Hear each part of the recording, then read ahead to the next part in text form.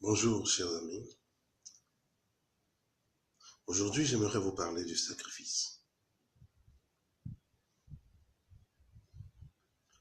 Prenons l'histoire d'Abraham, qui a été contacté par Dieu.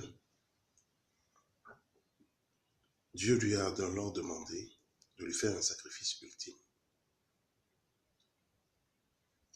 Je ne vais pas polémiquer, mais ce sacrifice qui a été demandé à Abraham, c'est qu'il lui a été demandé de sacrifier son fils. Isaac, selon les chrétiens, Ismaël selon les Arabes, bref. Abraham aurait demandé à son fils et à un serviteur de le suivre. Ils ont porté du bois, il avait son couteau, il avait son enfant. Arrivé à un niveau, ils demandèrent à son serviteur d'attendre et à son fils de prendre le bois et de continuer.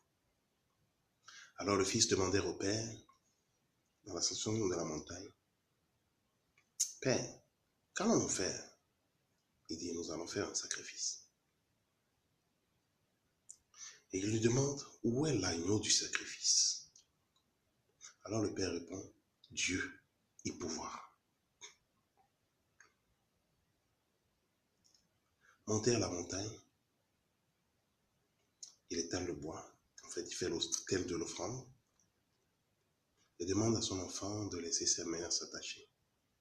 Et il le met sur l'autel.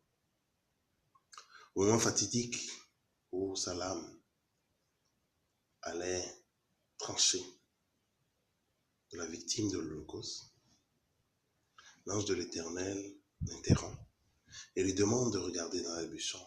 Il trouvera un bélier qui pourra sacrifier. Ce qui fut fait.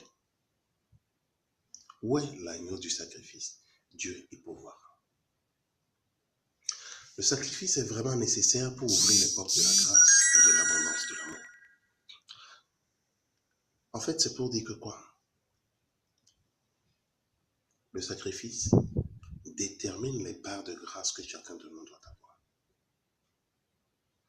Et la plupart du temps, plus vous êtes capable de grands sacrifices, plus vous êtes capable de grande assistance. Que les choses se feront de sorte que vous ne méritez pas, parce que vous êtes capable de sacrifice. Dans un terme, la position de Saturne, Saturne qui symbolise qui est la planète du sacrifice, qui est appelée la mer noire, qui est appelée la mer qui dévore ses enfants, qui est appelée Chronos, en fait, qui parle du sacrifice, du temps. C'est Saturne qui ouvre les portes de Chokma et qui ouvre également les portes de Chesed. Celui qui n'est pas capable de sacrifice ne peut élargir ses horizons. Toutes les fois que vous vous sacrifiez, que vous posez un acte de sacrifice, soit en pensée, soit au-delà des émotions, soit dans une logique, soit dans les actions, sachez-le, vous remplissez les parts de Bina, de la veuve. Et vous savez ce qui s'est passé avec la veuve de Naïm. Quand le prophète Élie s'est présenté chez elle, il avait faim. Et la veuve également avait faim. Il y avait une grande famine. Alors la veuve, Élie demandait à la veuve de lui donner à manger. Et la veuve lui dit, il n'y a qu'un soupçon de farine et d'huile. Et je sais que moi et mon fils, nous allons manger et attendre ce que l'Éternel décidera. Et Élie de lui répondre, donne à l'envoyé de Dieu, et tu verras les miracles que l'Éternel accomplira. Elle a simplement obéi alors, elle a donné à l'envoyé de Dieu. Et alors, qu'est-ce qui s'est passé? On a dit jamais, au grand jamais, jusqu'à la fin de la famine, il ne manquait ni d'huile, ni de farine. Et Élie, et la veuve, et son enfant ont eu à manger jusqu'à la fin de la famine, parce qu'il y avait dans les contenants. Apprenez à faire un peu de sacrifice. Apprenez à faire un peu de charité. Ce monde souffre aujourd'hui parce que nous manquons de charité. Nous avons certains cieux dans lesquels on produit jusqu'à on jette. Alors qu'ailleurs, on n'arrive même pas à produire et on meurt. La plupart du temps, la civilisation d'aujourd'hui nous apprend que c'est celui qui s'accapare de tout qui est fort. Mais à la vérité, c'est celui qui donne tout qui est fort. Si vous êtes capable de sacrifice, si vous êtes capable de faire des sacrifices volontaires, alors Saturne ne vous imposera plus son sceau, de sorte que les sacrifices ne seront plus obligatoires. Les sacrifices deviennent obligatoires quand vous êtes obligé de perdre quelque chose, quand vous êtes obligé de vous faire voler, quand vous êtes obligé de vous faire spolier, quand vous êtes obligé de vous faire arracher des choses. N'attendez plus que Saturne sonne le glas chez vous, mais posez des actes de sacrifice volontaires.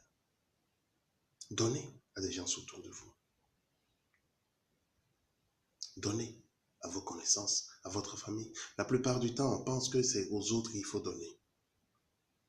Le mendiant est un professionnel. Mais quelqu'un qui ne demande pas et qui souffre dans le silence et dont tu sais qu'il est dans le besoin, donne-lui. Et ce n'est pas en donnant grand qu'on a vraiment donné. Rappelez-vous également de l'histoire de la veuve qui dans le temple est venue donner un sou.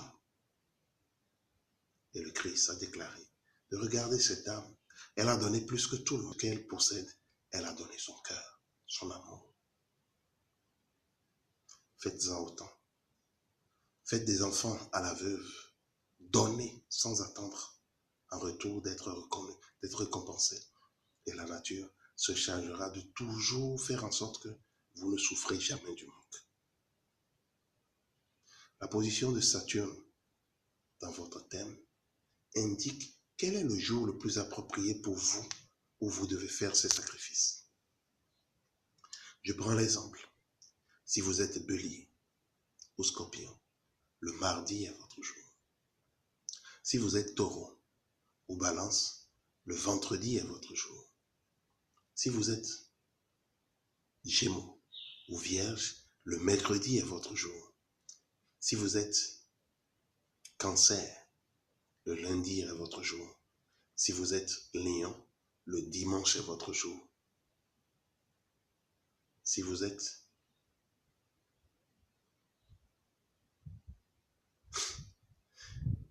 poisson, sagittaire, le jeudi est votre jour.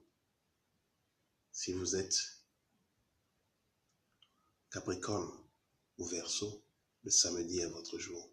En fait, d'ici, alors le jour approprié, c'est ça.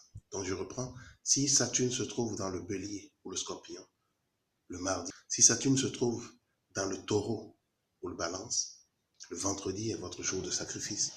Si votre Saturne se trouve dans le gémeaux ou la vierge, le mercredi est votre jour de sacrifice. Si votre Saturne se trouve dans le cancer, le lundi est votre jour de sacrifice. Si votre Saturne se trouve dans le lion, le dimanche est votre jour de sacrifice. Si votre Saturne se trouve dans le sagittaire ou le poisson, le jeudi est votre jour de sacrifice. Si votre Saturne se trouve dans le verseau ou le capricorne, le samedi est votre jour de sacrifice. Mais par attention, pour ceux qui ne connaissent pas leur date de naissance, le samedi est le jour cosmique de sacrifice. Le jour de sabbat, le Shabbat. Paix à vous envoie autour de vous, et sachez-le, des sacrifices antérieurs ont permis à ce que nous soyons ce que nous sommes aujourd'hui.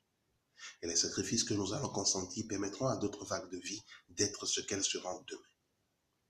Merci à tous ceux qui se sacrifient pour que l'humanité fasse tous les jours un pas de plus, un petit pas en avant. Paix à vous, à très bientôt.